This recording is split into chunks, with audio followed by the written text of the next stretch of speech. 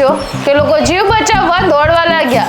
આખરે જમ્મુ કાશ્મીરમાં એવું તો શું બન્યું કે રાહત અને બચાવ ટીમો તરત જ મેદાનમાં ઉતરવું પડ્યું। તો વાત એમ છે કે જમ્મુ કાશ્મીરના ડોડા અને કિશ્તવાડ જિલ્લામાં અચાનક થયેલા ક્લાઉડ બર્સ્ટ એટલે કે વાદળ ફાટવાની ઘટનાએ સ્થાનિક લોકોને ચિંતામાં મૂકી દીધા છે અને મળતી માહિતી અનુસાર ભારે વરસાદ વચ્ચે અચાનક વાદળ ફાટતા કેટલાક વિસ્તારોમાં ફ્લેશ ફ્લડ જેવી સ્થિતિ સર્જાઈ હતી। પાણી અને કાદવનો પ્રવાહ એટલો ઝડપથી આગળ વધ્યો કે લોકોમાં અફરાતફરી મચી ગઈ અને સોશિયલ મીડિયા પર વાયરલ થયેલા વિડીયોમાં પણ પાણીના જોરદાર પ્રવાહ અને બચાવ કામગીરી દ્રશ્યો જોવા મળી રહ્યા છે।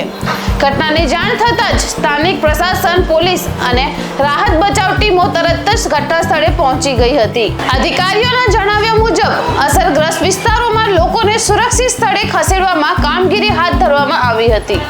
કેટલાક રસ્તાઓ ઉપર કાદવ અને પથ્થરો આવી જતા વાહન વ્યવહાર પણ પ્રભાવિત થયો હતો। સદનસીબે પ્રાથમિક અહેવાલો મુજબ કોઈ મોટી જાનહાનિની માહિતી સામે આવી નથી, પરંતુ સ્થિતિ પર સતત નજર રાખવામાં આવી રહી છે। હવામાન વિભાગે પણ પહાડી વિસ્તારોમાં રહેતા લોકોને સાવચેત રહેવાની સલાહ આપી છે।